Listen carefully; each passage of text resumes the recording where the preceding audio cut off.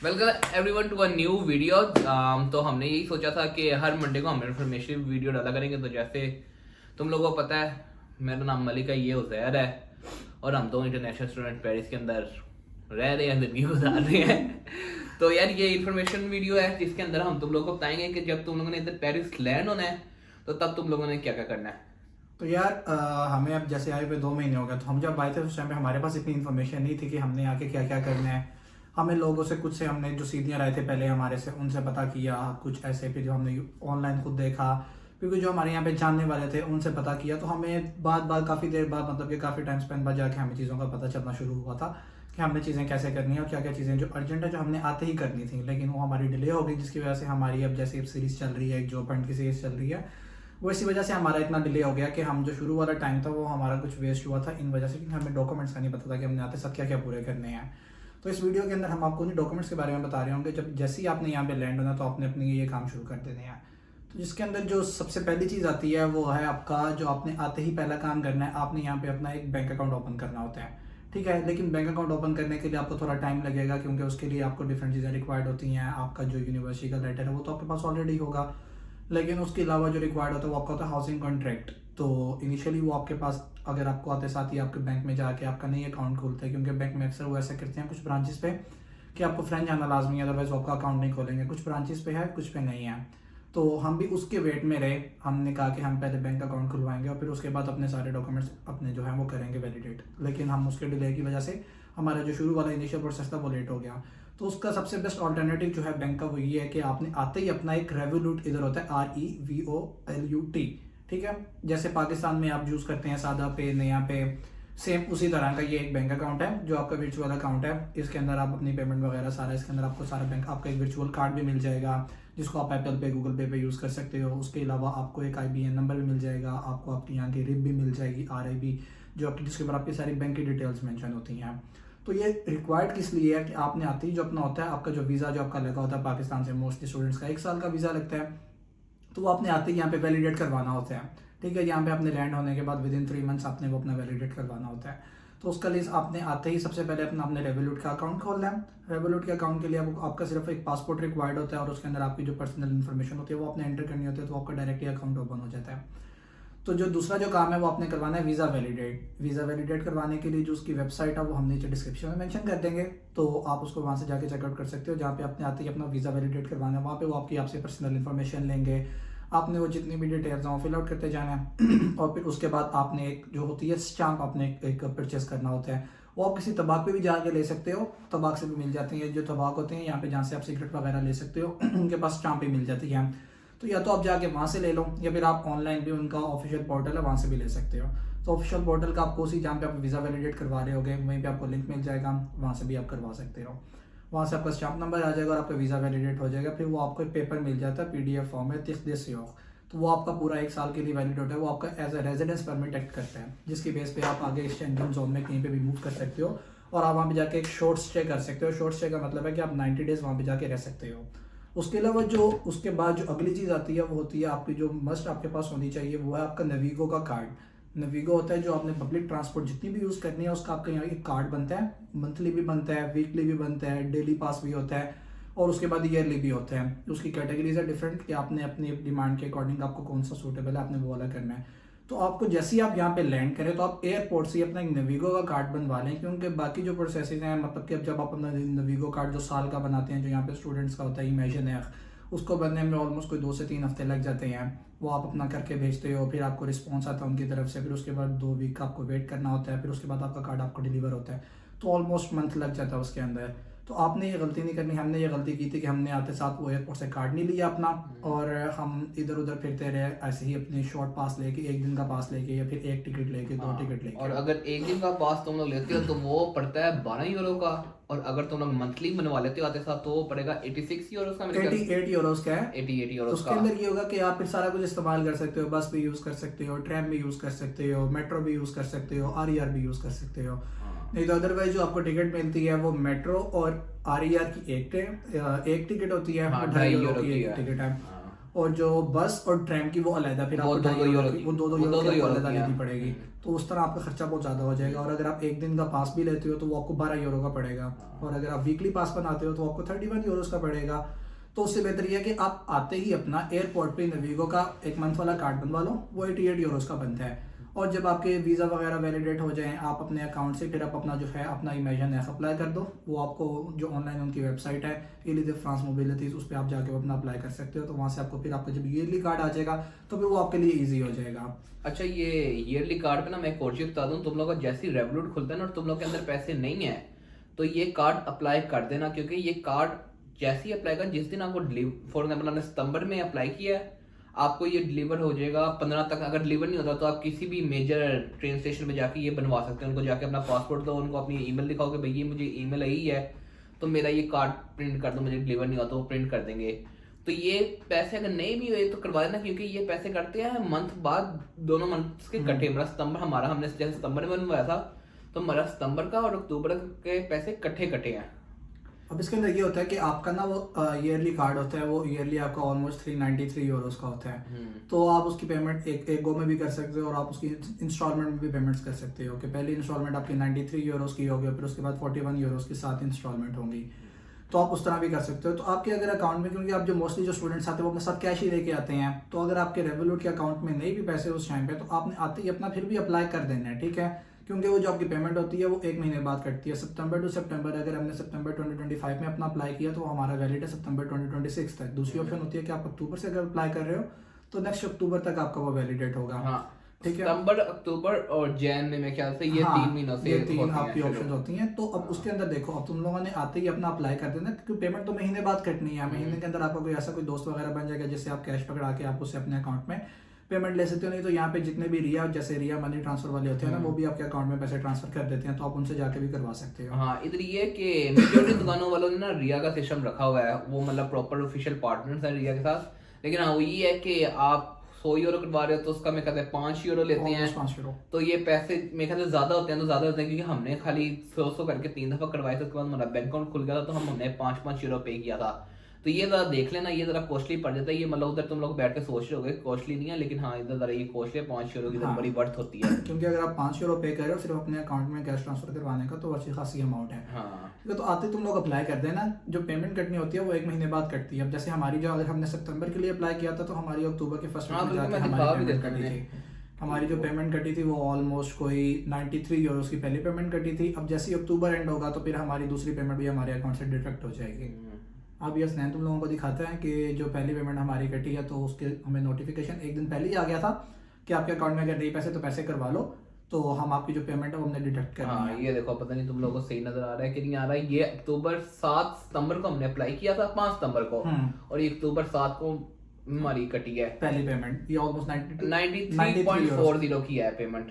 तो ये इसका कटती है। अब इसके बाद 7 इंस्टॉलमेंट होंगी 41 यूरोस की हर महीने। तो ये आपको अगर 12 महीनों पे आप इसको करो तो आपको मंथली 33 यूरोस का पड़ता है। लेकिन ये उन स्टूडेंट्स के लिए जो बिलो 26 हैं। अब 26 वालों के लिए अलग कैटेगरी है, ठीक है। ये सिर्फ उनके लिए है जो 26 से नीचे हैं और स्टूडेंट्स हैं यहाँ पे, ठीक है। उसके बाद जो अगली चीज़ आपने करनी है आती है वो आपका सोशल सिक्योरिटी नंबर, क्योंकि आपने यहाँ पे सोशल सिक्योरिटी नंबर, यहाँ पे आपका आइडेंटिटी नंबर है, ठीक है, जिसकी बेस पे आपके सारे जितने भी अकाउंट्स वगैरह हैं वो बनेंगे। आपका जो काफ वगैरह है वो उसकी बेस पे अप्लाई होगा। और जहाँ पे भी आपने काम करना है तो वो आपसे सोशल सिक्योरिटी नंबर मांगते हैं आपका। सोशल सिक्योरिटी बेसिकली आपका यहाँ पे ना हेल्थ कार्ड होता है।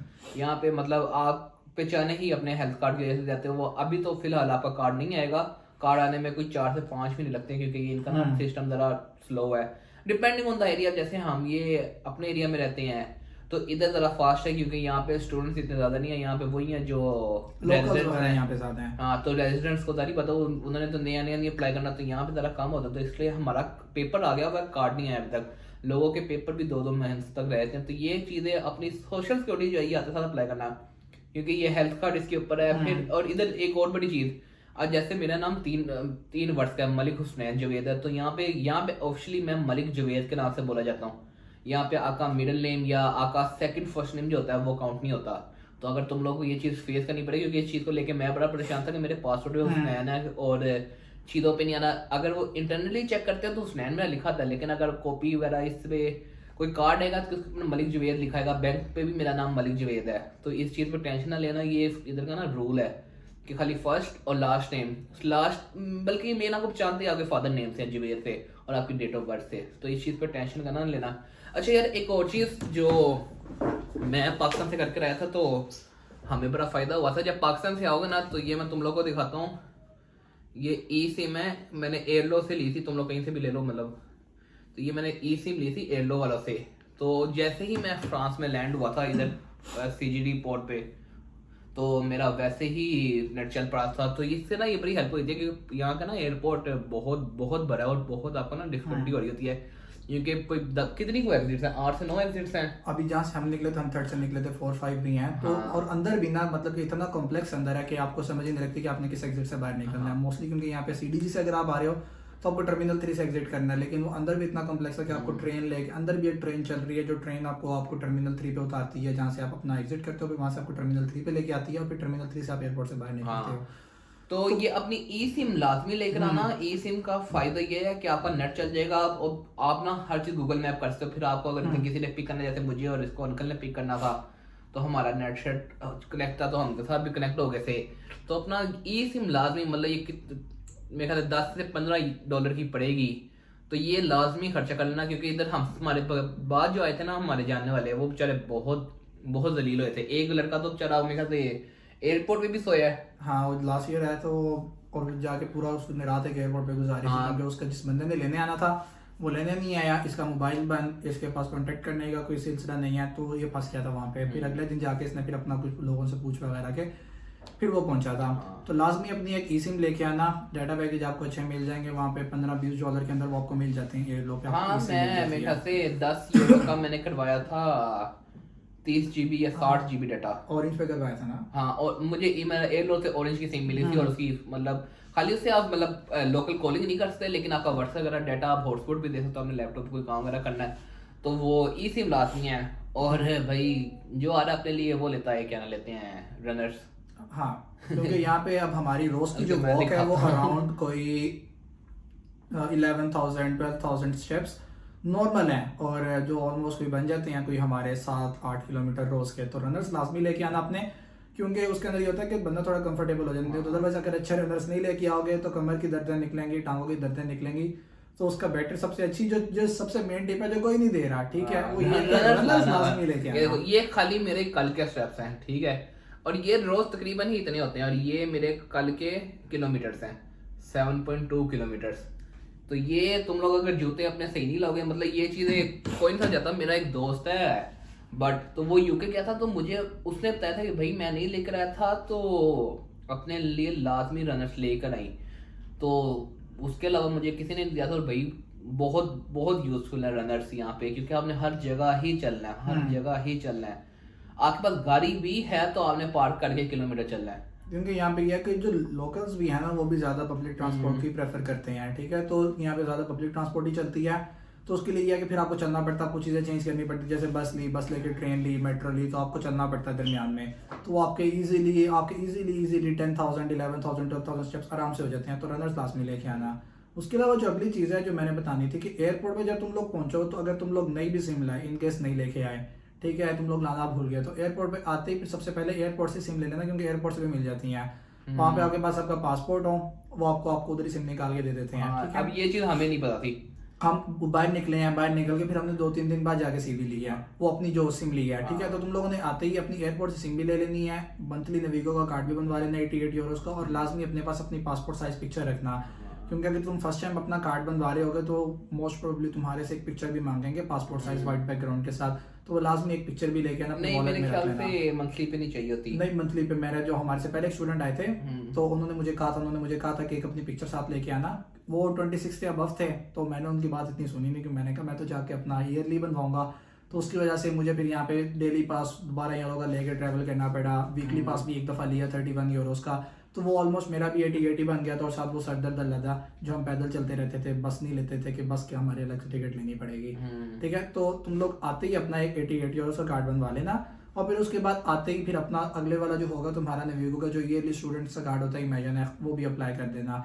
तो इससे काफ़ी तुम्हारी जो है ना सर दर्द खत्म हो जाएगी। और हाँ, कहीं पे भी ये जो तुम लोगों ने सुना होगा कि बगैर टिकट के भी आप ट्रेवल कर सकते हाँ, हो, ये हिच हाइकिंग नहीं कहीं पे करना। भी नहीं करनी। अगर तुम लोग करते हुए पकड़े गए, क्योंकि लाजमी चेकिंग वाले आते हैं, और तुम लोग करते हुए पकड़े गए तो 135 यूरो सीधे सीधे वो आपको फाइन कर देंगे। और अगर तुम लोग कह देते हो हम स्टूडेंट्स हैं, इंटरनेशनल स्टूडेंट्स हैं, अभी हमारा बना नहीं है, स्टूडेंट कार्ड भी दिखा दो, तब वो फिर भी 70 यूरो का एटलीस्ट फाइन करेंगे। हाँ, और ये भी डिपेंडेंट है कि बंदा कैसा है। अगर तो वो मतलब है ठीक है यार, तुम लोग ही समझ रहे कि तुम लोग स्टूडेंट हो, तुम्हें नहीं पता, तो कर देगा। अगर लेकिन 90% यही होता है, वो कहता है भाई तू स्टूडेंट है तो जो मर्जी है, तो 135 और ऑन द स्पॉट पे करना होता है आपने। वो आपने 135 दोगे तो फिर आप आगे अपना निकल सकते हो, ठीक है। हाँ। और यहाँ पे फिर एक और चीज़ होती है, रिड्यूस टिकट्स होती हैं जो अंडर 10 के लिए होती हैं, वो भी ना यूज़ करना, क्योंकि मोस्टली यही होता है कि अगर आपने नहीं बनवाई तो आप लाले लालच में वही वाली यूज़ कर रहे हो, तो कोई आ भी गया तो हम वो वाली चेक करवा देंगे। हाँ, तो वो भी चेक Reduced कराओगे ticket तो का पता चल 135 जाता का है। उस पे भी है। उस पर भी अगर तुम लोग पकड़े गए तो तुमने रोना धोना भी डाल लिया, तो उस पर भी तुम्हें एटलीस्ट भी 35 यूरो फाइन पे करना पड़ेगा, ठीक है। तो उससे बेहतर ये है कि आते ही अपना एयरपोर्ट से 88 यूरो का नवेगो का कार्ड बनवाना, अपना लीगल स्टेटस यहाँ पे एज अ स्टूडेंट आपने मेंटेन करके रखना, क्योंकि आपने लॉन्ग रन में यहाँ पे आपने अपनी स्टडीज कंप्लीट करनी है, आपने आगे अपना जो वर्क एक्सपीरियंस है वो गेन करना है, और फिर उसके बाद आपने यहाँ पे अपना अगर लीगल स्टेटस आपने अपना यहाँ पे मेंटेन रखना है, जिसकी बेस पे आपको यहाँ पे कोई मसला ना हो। नहीं तो यहाँ पे जितने स्ट्रिक्ट रूल्स हैं, अगर आप ज़्यादा कोई आपका लीगल स्टेटस में कोई इशू हो तो आपको डिपोर्ट भी कर सकते हैं,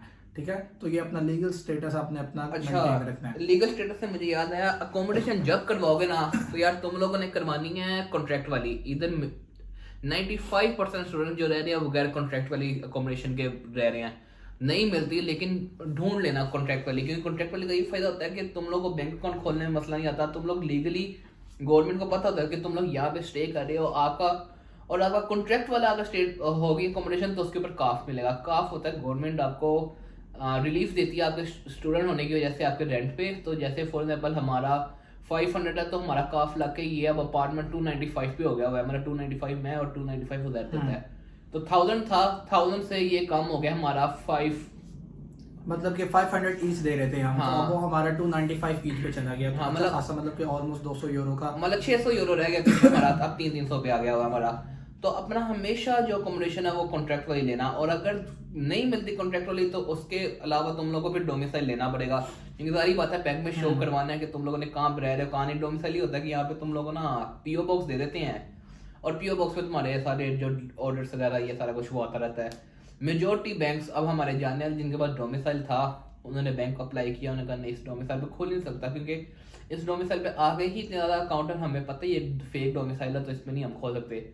तो मेजोरिटी कोशिश यही करना कि तुम लोग अकोमोडेशन बेशक महंगी मिलती हो, हमेशा ना जो नए बच्चे होते हैं ना वो ये गलती करते हैं कि मैं 300 पे ले लेता हूँ बगैर कॉन्ट्रैक्ट वाली, तो चलो मेरे पैसे नहीं लगेंगे।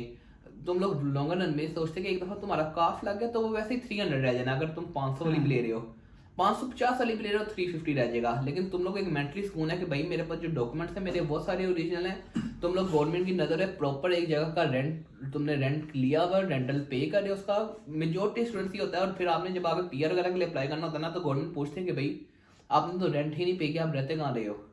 ठीक है। तो अब यहाँ पे जैसे जो डोमिसाइल का इसने बताया है, तो डोमिसाइल आपको फिर किसी ऐसे बंदे से लेना पड़ता है, या फिर आपने ऐसी वेबसाइट्स बनी हुई हैं, या फिर किसी ऐसे बंदे से लेना पड़ता है जिसका अपना कोई घर वगैरह हो या अपना कोई कॉन्ट्रैक्ट हो, ठीक है। तो फिर डोमिसाइल अक्सर वो भी होता है कि आपके फिर जितने भी डॉक्यूमेंट्स होंगे वहाँ पे जाएंगे, ऑफिशियल डॉक्यूमेंट्स, आपको नहीं पता आपके आए हैं ये नहीं आए हैं, आपको जाके रेगुलरली चेक करना पड़ेगा। हमारा जैसे हमारा नीचे पीओ बॉक्स हमने ब्लॉग्स में भी दिखाया, तो हम जाके वहाँ से देखते रहते हैं, रोज हम चेक करते रहते हैं। हमारा जैसे कोई डॉक्यूमेंट आया हम वहाँ से निकाल लेते हैं। लेकिन तुम लोगों का अगर दूर होगा कहीं पे, तो फिर तुम लोग जाके चेक करोगे, जाके तुम लोग कितनी ही दफ़ा चेक कर लोगे, अक्सर तुम्हें भूल जाएगा, पता नहीं चलेगा, तुम्हारे डॉक्यूमेंट्स मिसिंग हो जाएंगे इस तरह, ठीक है। तो लाजमी कोई पक्की कॉन्ट्रैक्ट वाली करवाओ, ताकि तुम लोगों को बाद में ये चीज़ें फेस ना करनी पड़े, ठीक है।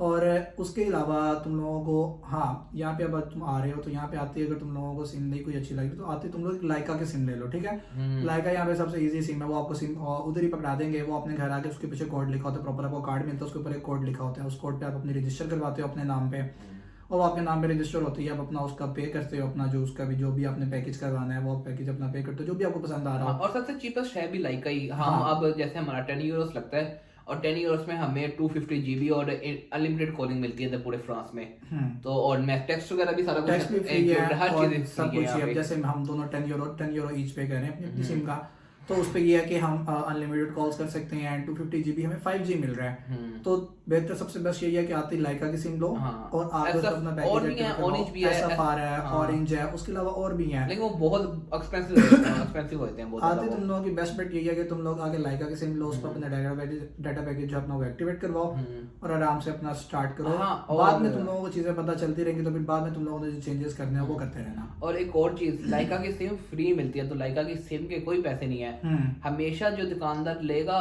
हो सकता है कोई हमारे साथ नहीं हुआ लेकिन हमने सुना है कि दुकानदार पैकेज के अलग पैसे लेते हैं और सिम के अलग लेते हैं, तो खाली 10 यूरो ही देने हैं, वो आपको पैकेज लगा के देगा, सिम फ्री होती है हमेशा। और इधर ये चीज मैं तुम लोग को बता दूं, जो सिमें होती है ना वो पहले भी यूज हुई होती हैं, तो अगर तुम लोग का व्हाट्सएप कहीं बना हुआ है या तुम लोग का व्हाट्सएप शो हो रहा है तो उसकी टेंशन लेना, वो अपना बना लेना, क्योंकि जो पहले लोग आए होते हैं वो सिम उन्होंने बंद करा दी होती है तो उनका व्हाट्सएप उसके ऊपर ही रह गया होता है, तो अपना वो चेंज कर लेना, उसका मसला कोई नहीं है। बस ये लाजमी करना कि जैसे मैंने सिम ली थी ना, तो मुझे पता नहीं था, मुझे एक्टिवेशन का मैसेज आया, मैं दुकान के पास गया, उसने अपने नाम पे कर दी, फिर मैंने लाइका को ईमेल की प्रॉपर किया, फिर मेरे नाम पे वो सिम ट्रांसफर हुई। तो ये चीज़ का बस ख्याल रखना। तो दूसरा तरीका जो मैंने बताया कि जाके तुम लोग सिंपल सिम ले आओ, तुम्हें फ्री में सिम पकड़ा देते हैं, ठीक है। तुम सिम पे घर आओ, तुम्हें पूरा कार्ड मिलता है, उसके ऊपर सारी डिटेल्स लिखी होती हैं कि ये कोड है, कोड डायल करो, इस पर अपनी सिम एक्टिवेट करा लो, ठीक है। तो खुद अपनी सिम एक्टिवेट कराना, अपनी सिम एक्टिवेट करवा के उनकी वेबसाइट का लिंक भी मिल जाएगा, वहाँ पे जाके तुम अपना अकाउंट बना के अपने नाम पे रजिस्टर करवा लोगे नंबर, ठीक है। तो ये तुम अपना काम खुद भी कर सकते हो, नहीं तो जो दुकान वाले होते हैं वो अपने नाम पे रजिस्टर कर देते हैं, फिर वो आपको बाद में चेंज करवानी पड़ती है। तो ये करना कि अपना ले आना और लाके, इतना तुम लोग आ रहे हो तो तुम लोग इंटरनेशनल स्टूडेंट हो तो इतना तो तुम लोग कर ही लोगे, ऊपर कार्ड से देख के सारा तरीका, उसके ऊपर सारा कुछ लिखा होता है, वो तुम अपना करके आराम से अपने नाम पे रजिस्टर करवा के रेवोलूट से अपनी पेमेंट करना और अपना आराम से अपना अकाउंट एक्टिवेट करवा लेना। इनमें से कोई भी स्टेप नहीं समझ आ रहा, तुम लोग आ चुके हो और तुम लोगों को स्टेप नहीं समझ आ रहा, तो नीचे कमेंट कर दो, प्रॉपर डेडिकेटेड वीडियोस बना देंगे इन सारों में कि रेवोलूट का अकाउंट कैसे ओपन करवाना है, वीज़ा कैसे वेरीफाइड करवाना है, सोशल सिक्योरिटी अकाउंट कैसे है, उसके अलावा आपने अपना काफ कैसे अप्लाई करना है। तो जितने भी प्रोसीजर्स हैं आप बता देना, तो उस पर एक डेडिकेटेड वीडियो बना देंगे हर किसी पे, ताकि आप लोगों के लिए ईजी हो जाए। नवीगो का कार्ड ऐसे अप्लाई करना है, क्योंकि स्टूडेंट्स होते हैं उनको इशू होता है कि नवीगो के अंदर इशू आ रहा है तो वो कैसे करना है। तो जो भी कोई इशू हो तो तुम लोग बता देना, तो उस पर प्रॉपर डेडिकेटेड एक वीडियो बना देंगे कि इसको कैसे करना है, तो प्रॉपर उसके सारा समझा देंगे कि क्या क्या चीज़ें रिक्वायर्ड है। और हाँ, आते हुए जो तुमने अपने साथ चीज़ें लेके आनी है, वो तुम लोगों के पास जो डॉक्यूमेंट्स लाजमी होने चाहिए, अपना बर्थ सर्टिफिकेट लाजमी लेके आना। मैं अपना बेफॉर्म ले आया था, मैं अलायंस फ्रांसिस गया, उनको जाकर मैंने अपना बेफॉर्म ही दिया, उन्होंने मुझे वही ट्रांसलेट करके दे दिया, उन्होंने नहीं बताया कि बर्थ सर्टिफिकेट रिक्वायर्ड होता है, तो मुझे वो बाद में मंगवाना पड़ा था अपना बर्थ सर्टिफिकेट, ठीक है।